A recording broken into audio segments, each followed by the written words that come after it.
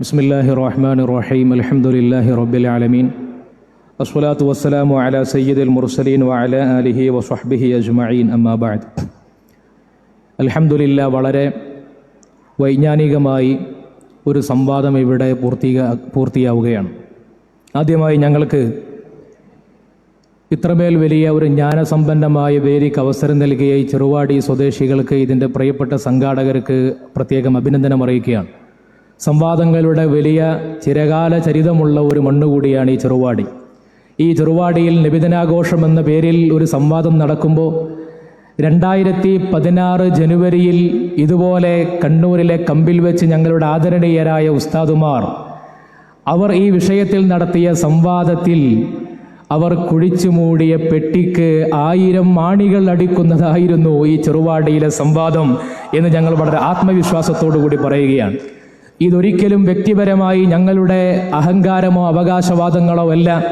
പരിശുദ്ധ ദീനിൻ്റെ നിയമങ്ങൾ പറഞ്ഞ ആധികാരികരായ പണ്ഡിതന്മാരുടെ, ഇമാമുമാരുടെ മാർഗരേഖയിലും രീതിശാസ്ത്രത്തിലും തന്നെ ഉറച്ചു നിൽക്കുന്നു എന്ന ഒറ്റ കാരണത്താൽ മാത്രം ഞങ്ങൾക്ക് സാധ്യമാകുന്ന ഒറ്റ കാര്യം കൂടിയാണിത്. പരിശുദ്ധമായ അഹ്ലുസുന്നത്തി വൽ ജമാഅയുടെ സംസ്ഥാപനത്തിനും അതിൻ്റെ സംരക്ഷണത്തിനും വേണ്ടിയാണ് സമസ്ത കേരള ജംഇയ്യത്തുൽ ഉലമയുടെ കീഴിലുള്ള ആദർശ വിഭാഗമായ ഇസ്തിഖാമ റിസർച്ച് കൗൺസിൽ എന്ന ഞങ്ങളുടെ ആദർശ പഠന വിഭാഗം കാലങ്ങളായിട്ട് പ്രവർത്തിച്ചു വരുന്നത്. ആദരണീയരായ സമസ്തയുടെ കേന്ദ്ര മുഷാവറ അംഗം ബഹുമാനപ്പെട്ട ശൈഖുന അബ്ദുൽ ഗഫൂർ അൻവരി ഉസ്താദ്, MT അബൂബക്കർ ദാരിമി ഉസ്താദ്, മുസ്തഫ അഷ്റഫി ഉസ്താദ് തുടങ്ങിയ വളരെ പ്രഗത്ഭരായ പണ്ഡിതർ നേതൃത്വം നൽകുന്ന ആ വൈജ്ഞാനിക സംഘത്തിൻ്റെ ധന്യതയോടെ അഭിമാനിക്കാം. 100ാം വാർഷിക മഹാസമ്മേളനത്തിൻ്റെ പടിവാതിൽക്ക് ഞങ്ങൾ എത്തി നിൽക്കുമ്പോൾ ഈ ചെറുവാടിയിലെ സംവാദം ഒരിക്കൽ കൂടി കേരളത്തിൻ്റെ പൊതുമണ്ഡലത്തിന് ഒരു സാക്ഷ്യപ്പെടുത്തൽ നൽകുന്നു. ഈ നബിദിനാഘോഷത്തിന് സമാനമായ ആദർശ വിഷയങ്ങളിൽ കഴിഞ്ഞ 100 കൊല്ലക്കാലത്തെ പരിണാമങ്ങളില്ലാത്ത ശരിയേതാണ്, വൈരുദ്ധ്യങ്ങളില്ലാത്ത ശരിയേതാണ്, വിരോധങ്ങളില്ലാത്ത ശരിയേതാണ്, ഓരോ സംവാദങ്ങളിലും നാൾക്കുനാൾ വന്ന് ഇമാമുമാരെ തള്ളിപ്പറയേണ്ട ഗതികേടില്ലാത്ത ശരിയുടെ മാർഗമേതാണ്? അതാണ് അഹ്ലുസുന്നത്തി വൽ ജമാഅയെ പ്രതിനിധാനം ചെയ്യുന്ന സമസ്ത. അടുത്ത 100 കൊല്ലത്തേക്കുള്ള ആദർശത്തിന്റെ ശരി ഏതാണെന്ന സാക്ഷ്യപ്പെടുത്തൽ കൂടിയാണിതെന്ന് സാന്ദർഭികമായിട്ട് ഞങ്ങൾ ഓർമ്മപ്പെടുത്തുകയാണ്. ഈ സംവാദത്തെക്കുറിച്ച് നമുക്കറിയാമല്ലോ, ഇവിടെ കൃത്യമായി ഒരു വാദങ്ങൾ തമ്മിലുള്ള ഏറ്റുമുട്ടൽ നടന്ന സംവാദമാണ്. ഇതൊരിക്കലും കവലപ്രസംഗങ്ങളല്ല, ഞാൻ പഠിച്ചത് പറയലോ പാടുകയോ ചെയ്യേണ്ട വേദിയല്ല. വാദങ്ങളുണ്ട് ഇവിടെ. എന്തായിരുന്നു ഞങ്ങളുടെ വാദം? ഞങ്ങളുടെ പ്രധാനപ്പെട്ട വാദം നബിദിനാഘോഷം പുണ്യകർമ്മമാണ്.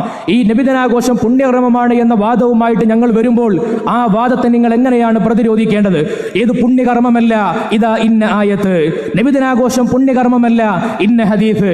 നബിദിനാഘോഷം പുണ്യകർമ്മമല്ല, ഇന്ന ഇമാം. ഇങ്ങനെ എണ്ണി എണ്ണി പറയേണ്ടതിന് പകരം ആ ചോദ്യത്തെ പരാമർശിക്കാനോ ആ വാദത്തെ ഒന്ന് സ്പർശിക്കുക പോലും ചെയ്തിട്ടില്ല. ഈ സംവാദത്തിന്റെ മണിക്കൂറുകൾ നീണ്ട CD നിങ്ങളൊന്ന്, അതിന്റെ ലൈവ് നിങ്ങളൊന്ന് പരിശോധിക്കുക. നബിദിനാഘോഷം പുണ്യകർമ്മമല്ലെന്ന് ഒരൊറ്റ ആയത്ത് 6236 ആയത്തുകളിൽ നിന്ന് ഇവർ ഓതിയോ? ഏതെങ്കിലും ഒരു ഹദീസ് പ്രാമാണികമായിട്ട് ഓതിയോ? ഏതെങ്കിലും ആധികാരികമായ പണ്ഡിതരുടെ രേഖ ഞങ്ങളുടെ ഈ വാദത്തെ നഖ്ല് ചെയ്യാൻ ഇവർ ഓതിയോ? ഇതല്ലേ മുനാദറ, ഇതല്ലേ ഡിബേറ്റ്, അതല്ലേ ചെയ്യേണ്ടിയിരുന്നത്?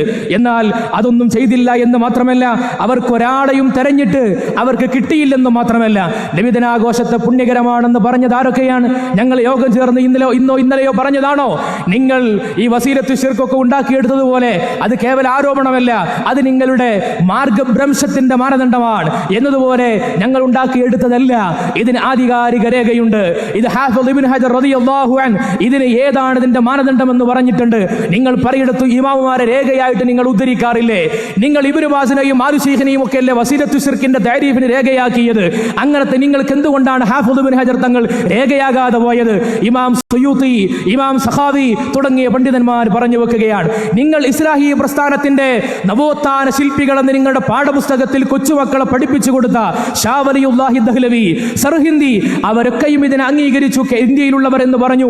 നിങ്ങൾ അതിനെ സ്പർശിച്ചതുപോലുമില്ല. നിങ്ങളുടെ സ്ഥാപിതകാല നേതാക്കൾ അന്ധവിശ്വാസത്തിന്റെ ഭൂതക്കണ്ണാടി ഉപയോഗിച്ച് കേരള മുസ്ലിമീങ്ങളെ സ്കാൻ ചെയ്തെടുത്ത് അവരുടെ ഓരോ കർമ്മങ്ങളുടെ മേലും ബിദ്അത്തിന്റെ കരിമ്പടം പുതക്കാൻ ശ്രമിച്ച KM മൗലവിയെ പോലെയുള്ള, EK മൗലവിയെ പോലെയുള്ള ആളുകൾക്ക് പോലും ചികഞ്ഞു നോക്കിയിട്ട് കണ്ടെത്താൻ കഴിയാത്ത ഒരു കാര്യമായിരുന്നു. അവർ പോലും ഇത് പുണ്യകരമാണെന്നാ പറഞ്ഞത്. അതിനാണ് വമാ അർസൽനാക ഇല്ലാ റഹ്മത്തൽ ലിൽ റഹ്മത്തുൽ ആലമീൻ എന്ന ആയത്തോതിയത്. ഇവരൊക്കെ പുണ്യകരമാണെന്ന് പറയുമ്പോൾ എവിടെയെങ്കിലും ഒരു വാക്ക് പറയണ്ടേ?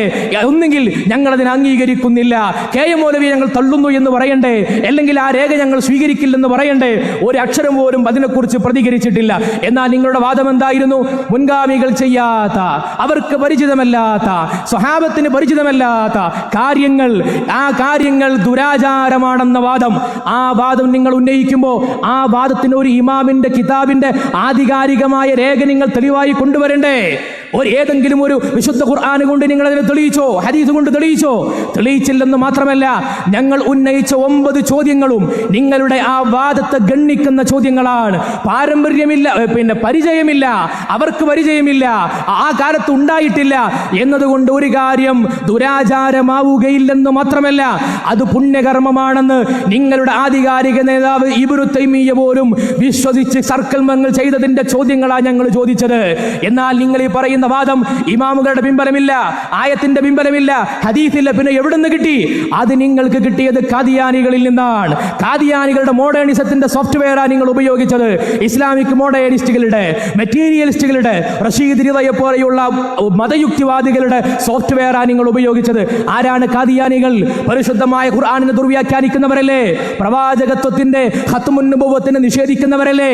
ആ ഖാദിയാനികൾ പറഞ്ഞിട്ടുണ്ടെങ്കിലും കുഴപ്പമില്ല എന്ന മട്ടിലല്ലേ ഇവിടെ അവതരിപ്പിച്ചത്? ഒരു രേഖയും ഉദ്ധരിക്കാൻ കഴിഞ്ഞില്ലെന്ന് മാത്രമല്ല, നിങ്ങൾ കൊണ്ടുവന്നത് മുഴുവനും ഖാദിയാനികളുടെ അടക്കമുള്ളവരുടെ വാദമായിരുന്നു എന്നതിനെ കുറിച്ച് നിങ്ങൾ പുനർവിചിന്തനം നടത്തണം. നിങ്ങളുടെ ആ വാദത്തിന്റെ മുൻഗാമികൾ ചെയ്യാത്തത് കൊണ്ട് പാടില്ലെന്ന ആ വാദത്തിന്റെ മുനയൊടിച്ചു കളഞ്ഞിട്ടുണ്ട് ഓരോ ചോദ്യങ്ങളും. നിങ്ങളുടെ നേതാവായ ഇബ്നു തൈമിയ്യ തന്നെ സുബ്ഹി നമസ്കാരത്തിന് ശേഷം സൂര്യോദയം വരെ എല്ലാ ദിവസവും പുണ്യം പ്രതീക്ഷിച്ചുകൊണ്ട് ഫാത്തിഹ സൂറത്ത് ആവർത്തിച്ച് പാരായണം ചെയ്തിട്ടുണ്ടല്ലോ. ആ ചെയ്ത കാര്യം അദ്ദേഹത്തിന്റെ ശിഷ്യന്മാരായ ആളുകൾ ഇബ്നു അബ്ദുൽ ഹാദിയെ പോലെയുള്ളവർ രേഖപ്പെടുത്തിയിട്ടില്ലേ? എങ്കിൽ ആ ഇബ്നു തൈമിയ്യ ഒരു പ്രത്യേക കൂലി പ്രതീക്ഷിച്ചുകൊണ്ട്, ഒരു പ്രത്യേക കാര്യത്തെ പതിവാക്കിയിട്ട്, നബി തങ്ങൾ ചെയ്യാത്ത, സ്വഹാബത്ത് ചെയ്യാത്ത, സലഫുസ് സാലിഹീകൾക്ക് പരിചയമില്ലാത്ത ഒരു കാര്യം ചെയ്ത ഇബ്നു തൈമിയ്യ അയാൾ മുബ്തദി ആണെന്ന് നിങ്ങൾ പറയേണ്ടി വരില്ലേ?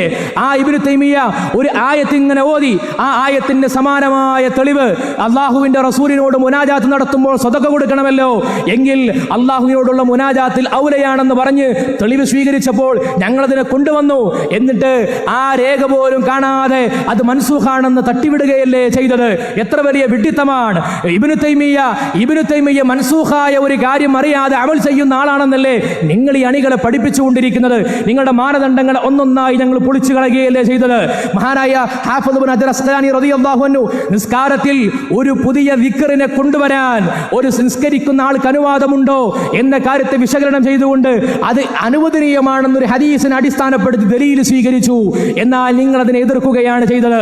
അങ്ങനെ പുതിയ രീതിയെ കൊണ്ടുവരാമെന്ന് പറഞ്ഞ ഹാഫിദ് ഇബ്നു ഹജർ തങ്ങൾ മുബ്തദി ആണോ എന്ന ചോദ്യത്തിന് നിങ്ങൾക്ക് മറുപടി ഉണ്ടായിട്ടില്ല. അസംഖ്യം ഇമാമുമാരെ പറഞ്ഞു, അതിനും മറുപടി ഉണ്ടായിട്ടില്ല.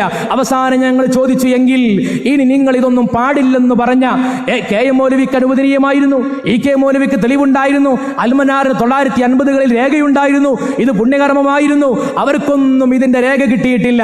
പിന്നെ നിങ്ങൾക്ക് ഈ രേഖ കിട്ടിയ ഡേറ്റ്, ആ ഡേറ്റ് ഒന്ന് ഞങ്ങൾക്കറിയണം.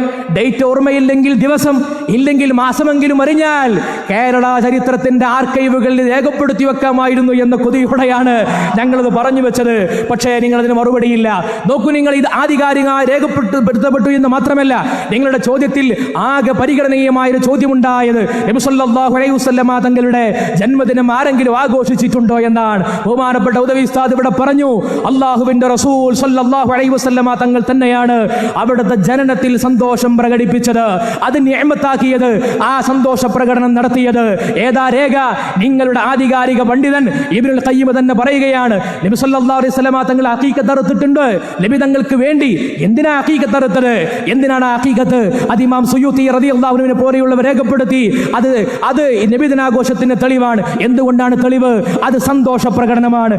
ആരാ സന്തോഷ പ്രകടനമാണെന്ന് പറഞ്ഞത്? നിങ്ങളുടെ ഇബ്നുൽ ഖയ്യിം തന്നെ പറയുന്നു, ഇദ്ഹാറൻ ലിനിഅമതിഹി അല്ലതി ഹിയ ഗായത്തുൽ മഖ്സൂദി മിനൻ നിക്കാഹ്. അഖീഖത്ത് എന്ന് പറഞ്ഞ പടി തന്നെ അത് ഇദ്ഹാറുൻ നിഅമത്താണ്. ഇത് നബി തങ്ങൾ തന്നെ ചെയ്തിട്ടുണ്ടെങ്കിൽ പിന്നെ എന്തിനാ വേറെ രേഖ? നിങ്ങൾക്ക് സംഘടനയുണ്ടാക്കാൻ നിങ്ങൾക്ക് ആയത്തിൽ ഇജ്തിഹാദ് നടത്താം. ഞങ്ങൾക്ക് നബിദിനം നടത്താൻ, നബി തങ്ങളോടുള്ള സ്നേഹപ്രകടനങ്ങളെ വിവിധ രൂപങ്ങളിലൂടെ നടപ്പിൽ വരുത്താൻ ഞങ്ങൾ റസൂലുള്ളാഹി സ്വല്ലല്ലാഹു അലൈഹി വസല്ലം തങ്ങളുടെ ആധികാരികമായ ഹദീസാ ഉദ്ധരിച്ചത്, ആയത്താ ഉദ്ധരിച്ചത്. ആയത്ത് കൊണ്ടുള്ള തഫ്സീറാ പറഞ്ഞത്. ആ തഫ്സീർ ഏറ്റവും നല്ല തഫ്സീറുകളാണ് അങ്ങനെയുള്ളത് എന്ന് നിങ്ങൾ തന്നെയാണ് രേഖപ്പെടുത്തി വെച്ചത്. പ്രമാണങ്ങൾ ഏറ്റുമുട്ടിയപ്പോൾ വിജയം അഹ്ലുസുന്നക്കായിരുന്നു. അൽഹംദുലില്ലാഹ്. അസ്സലാമു അലൈക്കും.